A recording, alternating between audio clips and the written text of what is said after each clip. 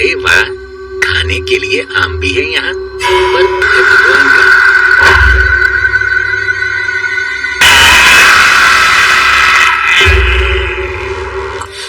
कुछ सालों बाद यहाँ सिर्फ इंसानों के घोंसले हों। परेशान दिख रहा था तो सिर्फ एक शख्स। कर दोगे क्या? अरे पागल हो गए हो क्या तुम लोग? अरे मंद बुद्धि लोगों, पेड़ काट डालोगे तो जिंदा कैसे रहोगे? पिछले 30 सालों से फॉरेस्ट गार्ड हूँ। यही में फैक्ट्री लगाने का सिलसिला। एक समस्या थी, काम करने वालों के लिए पानी से काफी दूर नदी से पानी लाते थे। इतनी गर्मी में चल के जाना पड़ता है 2 किलोमीटर। और पेड़ मिल गया।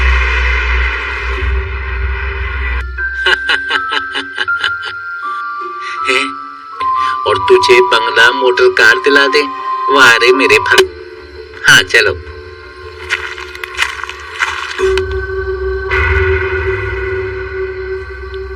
अरे काहे सोचते हो इतना? खाओ खाओ, प्रसाद है।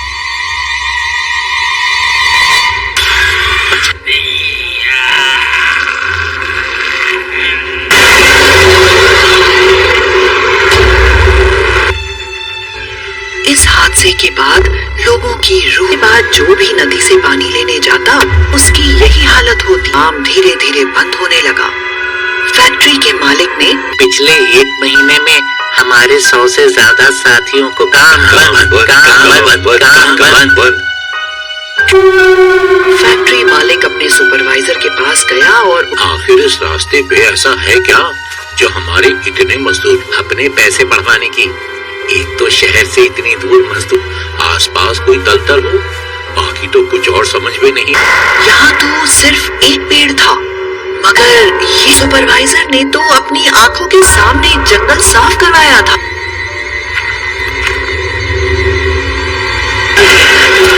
कौन है तू? बचाओ सर, कौन है तू? क्या चाहते हो? हे भगवान, ये कौन हो तुम? मुझे बताओ कौन हो तुम और क्या चाहती? इन्हें पहले काट दिया गया था। इंसान किसी को जिंदा नहीं छोड़ेंगे। मैं ही जंगल का गार्ड था। सालों साल बच्चों की तरह कैसे रह पाएंगे? किसी ने एक न सुनी मेरी। एक बहुत बड़ा जंगल होगा जिसकी देखरेख मैं खुद करूंगा। तो जिंदगी कितनी आसान हो जाएगी। ये गार्ड नहीं होते यहाँ तो तुम्हें जिंदा नहीं। बल्कि मालिक ने सच में जीवन चाचा के साथ मिलके कहा है। ये उसको कब समझ आएगा? कब ये सभी एक ही कॉलेज में पढ़ाई करते थे। इनमें से अमर के घर जाएंगे। सभी फ्राइडे याश के मन में ख्याल आया, क्यों ना हम कभी भी एक साथ शहर के बाहर गए भी तो नहीं है। लेकिन क्यों प्राची? इसमें प्रॉब्लम ही क्या है? 20वीं सदी की लड़की हो और आज भी इस सब बातों में विश्वास करती हो। की बातें कर रही हो? देखो प्राची, हम सब साथ में बिल्कुल विश्वास नहीं करता। ये सब बकवास है, अंधविश्वास। मुझे तो बहुत डर लगता है। तुम लोग प्लीज मेरी बात।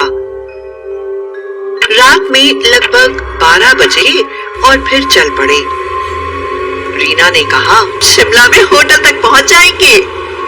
हाँ हाँ बिल्कुल, केसरी लेके भूत का नाम। पर वो लोग शिमला की ओर बढ़ रहे थे। प्राची अंदर अंताक्षरी खेलना शुरू किया। पहला गाना hello mister how do you do. सूरत आपकी सुभान अल्लाह हाय अल्लाह। इसका एक पल जैसे एक सदी। लिखे जो खत तुझे वो जैसे कोई उसके साथ गा रहा हो।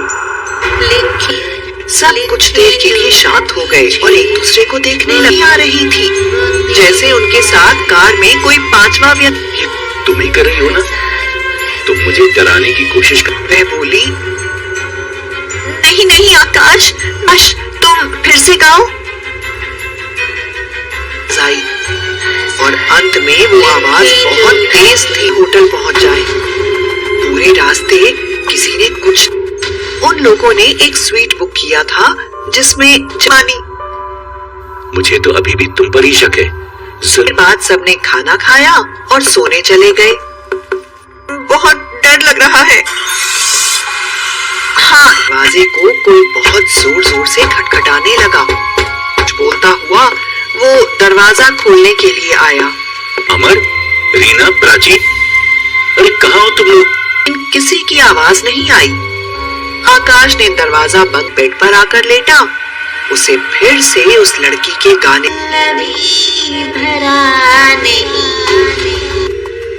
लेकिन वो गाने की आवाज जब बार बार आती कारण उसका पूरा शरीर पसीने से भीग गया।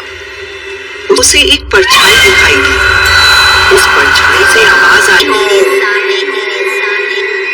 और फिर वो उसे से गाना नहीं गाया गया तो उस परछाई ने अचानक ही आकाश दरवाजा खोलने खा लिया, जिससे वह तड़पने लगा और थोड़ी ही उसके कमरे का दरवाजा तो खुला हुआ था और आकाश का किसी को भी विश्वास नहीं हुआ कि एक रात में यह क्या जगह। 3 दोस्त अपने शहर वापस गए। बुखार और सिर दर्द के मारे अमर का बुरा हाल था। तो भी फोन किया तो पता चला वो बिल्कुल ठीक है, पर बहुत देर घर पहुंच गए। वो एकदम नीला पड़ चुका था और दर्द। पर तुमने मेरी एक ना सुनी और हमने आकाश को खो दिया। के बाद तुम्हें कुछ नहीं होगा। मुझे तो अभी भी विश्वास नहीं होता है। मैं ये अंगूठी नहीं पहनूंगी। कि दिल अभी भरा कांपने लगता है। कुछ बोलने की कोशिश करता है पर आवाज से हंसने लगती है। देख, वो रीना की तरफ देखती है और ऐसे में गाना गाना लगभग नामुमकिन है। रीना डरी हुई आवाज में गाने लगती है। पसीना। इतनी गंदी आवाज नहीं सुन सकती मैं ये आवाज। रीना को अपने हाथों से उठाकर हवा में उछाल देती है। मौका पाकर प्राची पहले अमर को सिद्ध बाबा वाली अंगूठी पहन। रीना खून से लथपथ है और मौत से बस थोड़ा देती है। परछाई अपनी शक्तियों से 3 कहती है, मैं वापस आऊंगी। शुद्ध खून में सनी जमीन पर पड़ी हुई है। अमर और रीना प्राची से माफी मांगते हैं। दरवाजा खोलते। अरे यहाँ तो कौनू नहीं है। रामदास फूल का गुलदस्ता उठाते। पापा जी अरे एक तरफ चलते ही जाते हैं। उनका बहू है। माधोपुर गांव में एक साथ कुछ न कुछ हो रहा था। गांव के लोग इस बात को समझ गए थे कि उसके पीछे न जाने कहां चले। इसलिए अब उन्होंने तय किया है कि वो इस राज का पता। और इसी तरह गांव बूढ़े लोग न क्या भैया। हाँ, तुम ठीक कह रहे हो। हम पता करके ही रहेंगे आखिर वजह क्या है। जी है, उन्हें पंचायत भवन में ले आते हैं। कई लोग भी हाँ में सर हिलाते हैं और बाकी सब लोग इधर उधर छिप कर देखता नहीं आता है। तभी अंबरनाथ को प्यास लगती है। दिखता है यहाँ पे गुलदस्ता भी है। चलो सब तरफ से उनका। उससे वो हैरान हो जाते हैं। अंबरनाथ कुछ देर बाद वो हवेली खुद भी गायब हो जाता है। अभी यहाँ कोई भूत का चक्कर। दिव्य दृष्टि वाले बाबा के पास पहुंचते हैं। मुश्किल है पर हम करेंगे निवारण।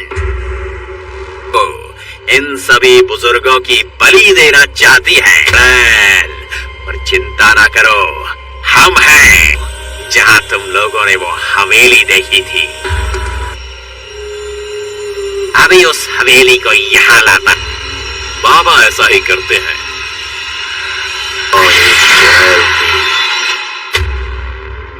मैं जानती हूँ कि तुझे मेरा मकसद पता है, फिर तू क्यों सकती तो बात सिर्फ इन बूढ़ों की है। पर अगर मेरा मकसद पूरा नहीं। वो भी होगा, तेरे साथ होगा। शक्ति से वार करती है। बाबा बेहोश सब लोग बाबा को लेकर वहां से। मैं यहाँ कैसे आया? वो वेली, वो चुड़ैल, कोई बात नहीं। अगर कल वो चालाक चुड़ैल जी काम करना ही होगा, क्योंकि कल अमावस की।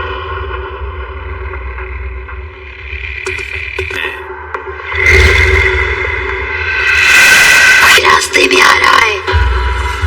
मरूंगा मैं नहीं। तो वे चाकू फेंकते हैं। चुड़ैल अब बाबा की तरफ अपनी शक्ति से एक जाल फेंक। लगता है कुछ मंत्र पढ़ते हैं और उनके हाथ में एक तलवार। चुड़ैल गोटी धन्यवाद करते हैं और वहां से चले जाते हैं।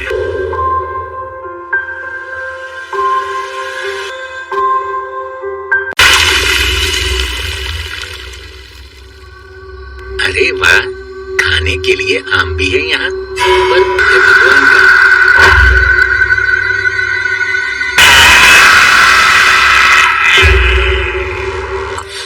कुछ सालों बाद यहाँ सिर्फ इंसानों के घोंसले हों। परेशान दिख रहा था तो सिर्फ एक शख्स। कर दोगे क्या? अरे पागल हो गए हो क्या तुम लोग? अरे मंद बुद्धि लोगों, पेड़ काट डालोगे तो जिंदा कैसे रहोगे? पिछले 30 सालों से फॉरेस्ट गार्ड हूँ। यही में फैक्ट्री लगाने का सिलसिला। एक समस्या थी, काम करने वालों के लिए पानी से काफी दूर नदी से पानी लाते थे। इतनी गर्मी में चल के जाना पड़ता है 2 किलोमीटर। और पेड़ मिल गया।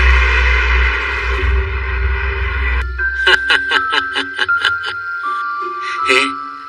और तुझे बंगला मोटर कार दिला दे। वाह रे मेरे भग। हाँ चलो।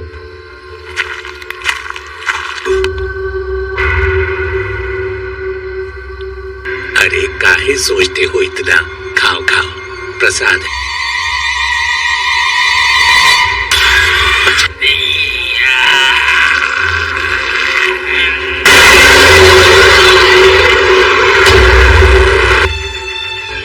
इस हादसे के बाद लोगों की रूह के बाद जो भी नदी से पानी लेने जाता उसकी यही हालत होती। काम धीरे धीरे बंद होने लगा। फैक्ट्री के मालिक ने पिछले 1 महीने में हमारे 100 से ज्यादा साथियों को काम फैक्ट्री मालिक अपने सुपरवाइजर के पास गया और आखिर इस रास्ते पे ऐसा है क्या जो हमारे इतने मजदूर अपने पैसे बढ़वाने की? एक तो शहर से इतनी दूर मजदूर, आसपास कोई दलदल हो, बाकी तो कुछ और समझ में नहीं। यहाँ तो सिर्फ एक पेड़ था, मगर ये सुपरवाइजर ने तो अपनी आंखों के सामने जंगल साफ करवाया था।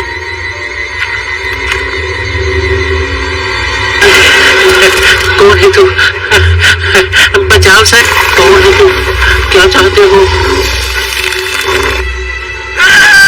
हे भगवान, ये कौन हो तुम? मुझे बताओ कौन हो तुम और क्या चाहती? इन्हें पहले काट दिया गया था। इंसान किसी को जिंदा नहीं छोड़ेंगे। मैं ही जंगल का गार्ड था। सालों साल बच्चों की तरह कैसे रह पाएंगे? किसी ने एक न सुनी मेरी। एक बहुत बड़ा जंगल होगा जिसकी देखरेख मैं खुद करूंगा। तो जिंदगी कितनी आसान हो जाएगी। ये गार्ड नहीं होते यहाँ तो तुम्हें जिंदा नहीं। बल्कि मालिक ने सच में जीवन चाचा के साथ मिलके कहा है। ये उसको कब समझ आएगा? कब ये सभी एक ही कॉलेज में पढ़ाई करते थे। इनमें से अमर के घर जाएंगे। सभी फ्राइडे याश के मन में ख्याल आया, क्यों ना हम कभी भी एक साथ शहर के बाहर गए भी तो नहीं है। लेकिन क्यों प्राची? इसमें प्रॉब्लम ही क्या है? 20वीं सदी की लड़की हो और आज भी इस सब बातों में विश्वास करती हो। की बातें कर रही हो? देखो प्राची, हम सब साथ में बिल्कुल विश्वास नहीं करता। ये सब बकवास है, अंधविश्वास। मुझे तो बहुत डर लगता है। तुम लोग प्लीज मेरी बात। रात में लगभग 12 बजे और फिर चल पड़े। रीना ने कहा शिमला में होटल तक पहुंच जाएंगे। हाँ हाँ बिल्कुल केसरी, लेके भूत का नाम। पर वो लोग शिमला की ओर बढ़ रहे थे। प्राची अंदर अंताक्षरी खेलना शुरू किया। पहला गाना, hello mister, how do you do. चमक सूरत आपकी सुभान अल्लाह हाय अल्लाह। इसका एक पल जैसे एक सदी, लिखे जो खत तुझे वो जैसे कोई उसके साथ गा रहा हो। लेकिन सब कुछ देर के लिए शांत हो गए और एक दूसरे को देखने लगी आ रही थी, जैसे उनके साथ कार में कोई पांचवा व्यक्ति। ये तुम ही कर रही हो ना? तुम मुझे डराने की कोशिश कर। वह बोली, नहीं नहीं आकाश, बस तुम फिर से गाओ। आई और अंत में वो आवाज बहुत तेज थी, होटल पहुंच जाए। पूरे रास्ते किसी ने कुछ, उन लोगों ने एक स्वीट बुक किया था जिसमें जानी। मुझे तो अभी भी तुम पर ही शक है। उसके बाद सबने खाना खाया और सोने चले गए। बहुत डर लग रहा है। हाँ, दरवाजे को कोई बहुत जोर जोर से खटखटाने लगा। कुछ बोलता हुआ वो दरवाजा खोलने के लिए आया। अमर, रीना, प्राची, अरे कहाँ हो तुम लोग? किसी की आवाज नहीं आई। आकाश ने दरवाजा बंद बेड पर आकर लेटा। उसे फिर से उस लड़की के गाने भरा नहीं। लेकिन वो गाने की आवाज जब बार बार आती, कारण उसका पूरा शरीर पसीने से भीग गया। उसे एक परछाई दिखाई दी। उस परछाई से आवाज आई और फिर वो उसे से गाना नहीं गाया गया तो उस परछाई ने अचानक ही आकाश दरवाजा खोलने खा लिया, जिससे वह तड़पने लगा और थोड़ी ही उसके कमरे का दरवाजा तो खुला हुआ था और आकाश का किसी को भी विश्वास नहीं हुआ कि एक रात में यह क्या जगह। 3 दोस्त अपने शहर वापस गए। बुखार और सिर दर्द के मारे अमर का बुरा हाल था। तो भी फोन किया तो पता चला वो बिल्कुल ठीक है, पर बहुत घर पहुंच गए। वो एकदम नीला पड़ चुका था और दर्द। पर तुमने मेरी एक ना सुनी और हमने आकाश को खो दिया। के बाद तुम्हें कुछ नहीं होगा।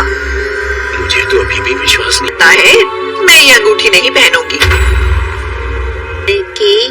कि दिल अभी भरा। कांपने लगता है, कुछ बोलने की कोशिश करता है पर आवाज से हंसने लगती है। देख, वो रीना की तरफ देखती है और ऐसे में गाना गाना लगभग नामुमकिन है। रीना डरी हुई आवाज में गाने लगती है, पसीना। इतनी गंदी आवाज नहीं सुन सकती मैं ये आवाज। रीना को अपने हाथों से उठाकर हवा में उछाल देती है। मौका पाकर प्राची पहले अमर को सिद्ध बाबा वाली अंगूठी पहन। रीना खून से लथपथ है और मौत से बस थोड़ा देती है। परछाई अपनी शक्तियों से 3 कहती है, मैं वापस आऊंगी। शुद्ध खून में सनी जमीन पर पड़ी हुई है। अमर और रीना प्राची से माफी मांगते हैं। दरवाजा खोलते। अरे यहाँ तो कौनू नहीं है। रामदास फूल का गुलदस्ता उठाते। पापा जी हर एक तरफ चलते ही जाते हैं। उनका बहू है माधोपुर गांव में एक साथ कुछ न कुछ हो रहा था। गांव के लोग इस बात को समझ गए थे कि उसके पीछे न जाने कहां चले। इसलिए अब उन्होंने तय किया है कि वो इस राज का पता। और इसी तरह गांव बूढ़े लोग न क्या भैया। हाँ, तुम ठीक कह रहे हो। हम पता करके ही रहेंगे। आखिर वजह क्या है? जी है, उन्हें पंचायत भवन में ले आते हैं। कई लोग भी हाँ में सर हिलाते हैं और बाकी सब लोग इधर उधर छिप कर देखता नहीं आता है। तभी अंबरनाथ को प्यास लगती है, दिखता है यहाँ पे गुलदस्ता भी है। चलो सब तरफ से उनका, उससे वो हैरान हो जाते हैं। अंबरनाथ कुछ देर बाद वो हवेली खुद भी गायब हो जाती है। अब यह कोई भूत का चक्कर, दिव्य दृष्टि वाले बाबा के पास पहुंचते हैं। मुश्किल है पर हम करेंगे निवारण। ओ, इन सभी बुजुर्गों की बलि देना चाहती है पर चिंता ना करो, हम हैं जहां तुम लोगों ने वो हवेली देखी थी। अभी उस हवेली को यहाँ लाता। बाबा ऐसा ही करते हैं और मैं जानती हूँ कि तुझे मेरा मकसद पता है, फिर तू क्यों उसे प्रीतों बात सिर्फ इन बूढ़ों की है। पर अगर मेरा मकसद पूरा नहीं, वो भी होगा, तेरे साथ होगा। अपनी शक्ति से वार करती है और बाबा बेहोश। सब लोग बाबा को लेकर वहां तुझे मैं यहाँ कैसे आया, वो हवेली, वो चुड़ैल, कोई बात नहीं। अगर कल वो चालाक चुड़ैल जी काम करना ही होगा, क्योंकि कल अमावस की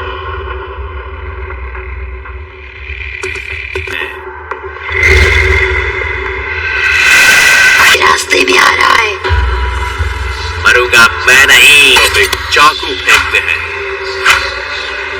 चुड़ैल अब बाबा की तरफ अपनी शक्ति से एक जाल फेंक, लगता है कुछ मंत्र पढ़ते हैं और उनके हाथ में एक तलवार।